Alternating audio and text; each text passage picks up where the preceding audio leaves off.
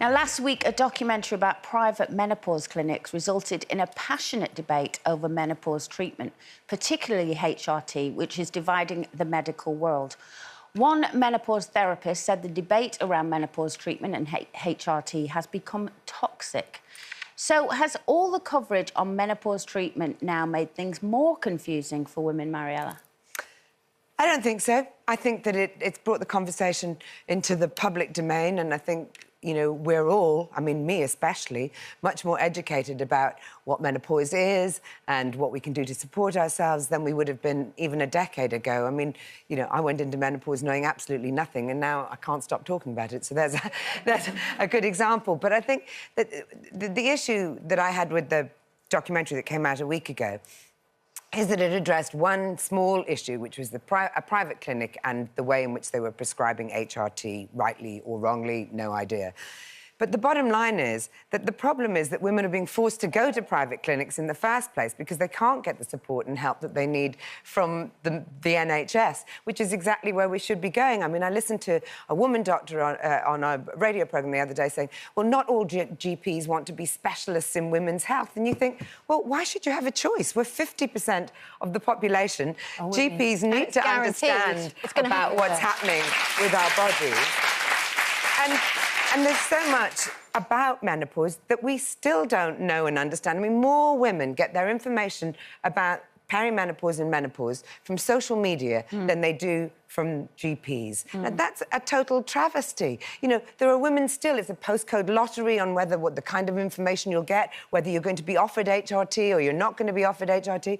And the reason there's confusion around the HRT that you get is because there aren't proper guidelines in place, because they stopped investing in women's health around HRT because of an erroneous report that came out in 2002 and made us all think that we were going to get breast cancer if we took HRT, which has now been completely disproved, but none of the headlines say that, so that's what leads to the confusion. Has that been disproved? Sorry, am I ranting? No, it's good. That's why I don't take HRT. Like, I've never even contemplated taking HRT because I've always linked it to having a, you know, an adverse effect. And bad news travels incredibly fast, and you just needed one headline that was published way in advance of the findings of the actual investigation that they were doing, and it went viral across the world about the link between HRT and breast cancer, and a whole generation of women stopped taking it. And that matters not just for the superficial, as they call them, but rather awful symptoms that 97% of women will experience some of, but what it really matters for are things like heart disease, like osteoporosis, that are also impacted by the loss of hormones and are still not even considered to be part of the issue. You know, we're campaigning really hard at Menopause Mandate to get menopause actually mentioned at the 40-plus health check. We all get offered this 40-plus health check, and 50% of the population don't have discussed the only absolute definite thing they're going to go through health-wise in the next decade. So, Mylene, you're not there yet, but how does... I'm on my way. Are you? Are you? Don't... We're all on our way there. I mean, just by my age. How does it make you feel hearing all this? I wish these conversations had been as honest in my own household, growing up, for sure. And I think that is the problem. I think, in general, women's health, periods, miscarriage, childbirth, menopause, we're just taught to put up and shut up. And if you do bring it to the forefront, I mean, even if you think of childbirth, oh, you lost 1 pint of blood, my wife lost 8 pints of blood. It becomes like this one-upmanship about who suffered the most. Who's got the biggest brain... If you think that's bad, biggest brain fog, well, I forgot this, this and this. You know, it's just... It's like having an epidural or not. Oh, you did it, you just went through it, did you? Well done. Yeah, why? Yeah. And I don't think that does anybody any service whatsoever. No. You know, you talk about how things are omitted from women's health care. I mean, you know how I feel about all the work I've done with miscarriage. It costs £375 million the care around miscarriage in this country, where that could so easily be diverted in other places if it was managed correctly. And the point is, it's not managed.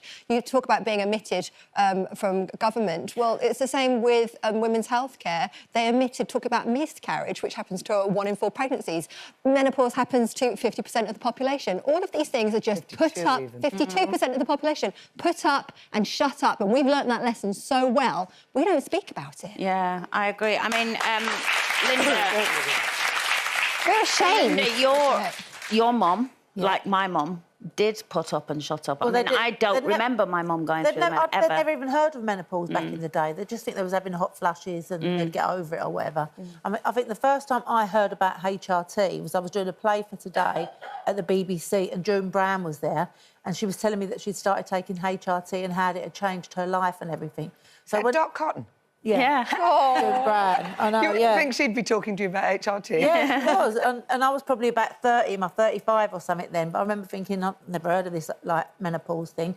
And then, obviously, when you're getting older, you start hearing it. And the first person I remember having, like, hot flushes was my sister Debbie.